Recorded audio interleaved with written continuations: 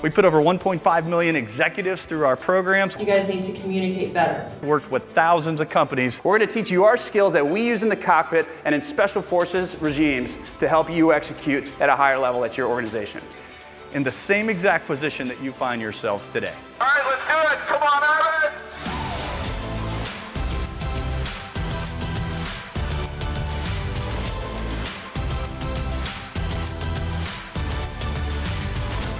I'm Jim Murphy, Murph. I'm the founder and CEO of Afterburner.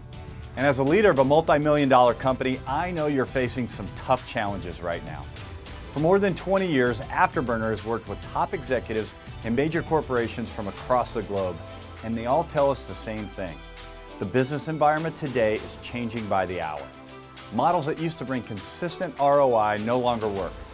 Now the atmosphere is what we in the military call VUCA, volatile, uncertain, complex, and ambiguous. We're a group of former elite military professionals turned business consultants and speakers. Our job is to come into your meeting and inspire and motivate your group towards a higher level, a level that we call flawless execution. So how do you and I execute flawlessly in a rapidly changing, challenging, and complex environment? We give you new models, new paradigms that truly can be game changers for your organization. Mission success depends on two things: inspired alignment and disciplined execution. We can teach your teams both. Now, the model was born and bred in the high-stakes, zero-tolerance for error world of combat aviation and elite military teams. This is the engine that's going to drive your daily, weekly, or monthly activities towards that high-definition destination.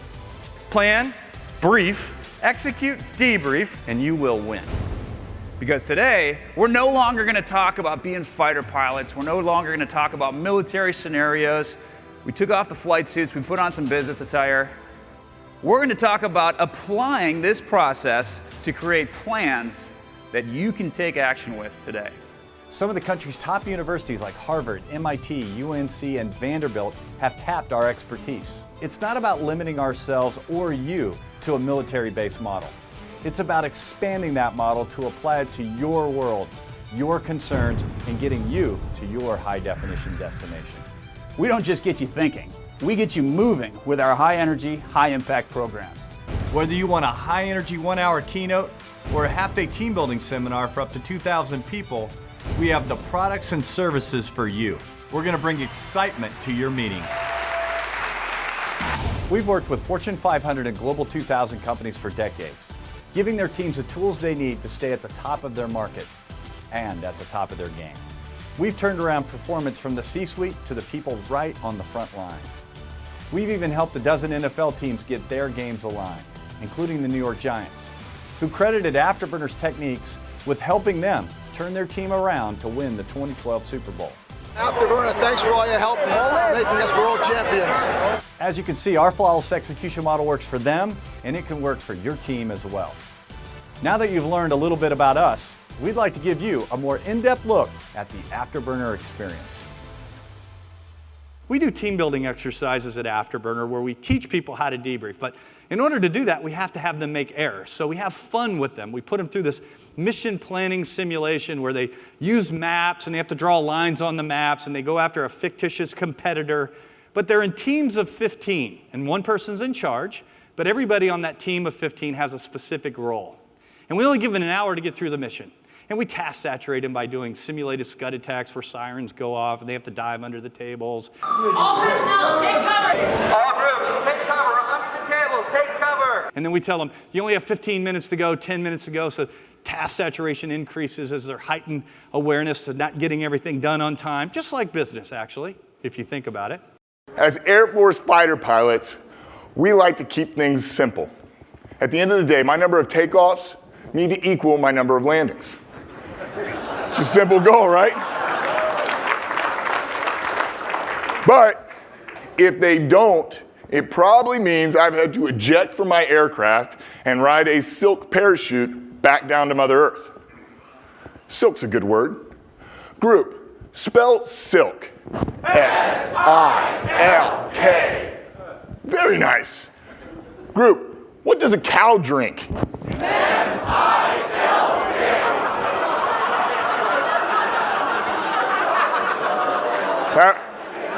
Hey, honest feedback, that was not very good, all right?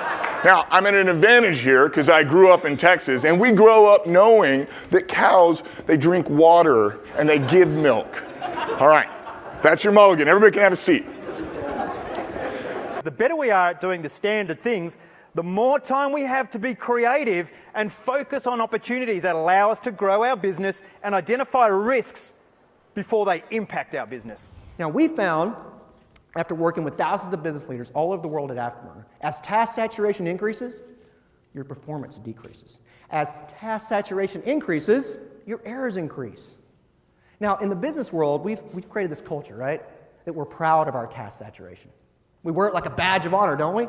Hey, look at me, boss. I'm juggling 15 things and I'm barely treading water. Aren't I doing awesome? Or look at our organization. We just lost an engine. We're on fire. Now we're descending towards the ground through the clouds. Oh, aren't we doing great? But the reality is, when you're spinning those 15 plates, what you don't see, some of those plates are starting to wobble. But you don't see it because you're task saturated. Now, we call task saturation the silent killer. Why? Because its onset is slow, insidious, and very dangerous. The video that I'm going to show you involves 3 highly trained, very experienced cockpit crew members who become channelized on the flight deck of a large commercial airliner, and the end result was a tragedy. This video is produced by the NTSB, the National Transportation Safety Board, and the gentlemen that you're going to see are actual NTSB investigators who are recreating the actions and the movements of the ill-fated crew. But the audio that you're going to hear, everything from the bells and whistles, beeps and squeaks of the cockpit environment to the actual conversation among the crew members, is taken directly from the cockpit voice recorder, the black box of the mishap aircraft. Who can call for a debriefing in your organization? Who ought to be? In a culture of debriefing, who ought to be able to call for a debriefing? Anybody. Anybody. And that's what we've got to create, is that this debriefing isn't some super special thing that people, it's a way we live, it's a way we do business. But if you really want you to get down to what's going on in your area of responsibility on your team, we have to take you out of the equation. You're the problem. Don't you want to know what's really going on?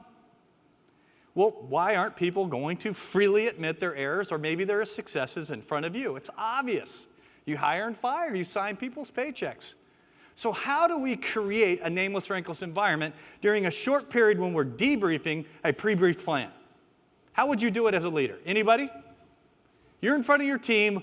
We're going to set the tone, nameless and rankless. How do we do it? What's the first step?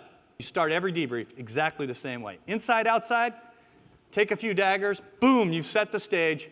Everybody will finally believe you down the road, and you'll change the culture if you start every debrief that way.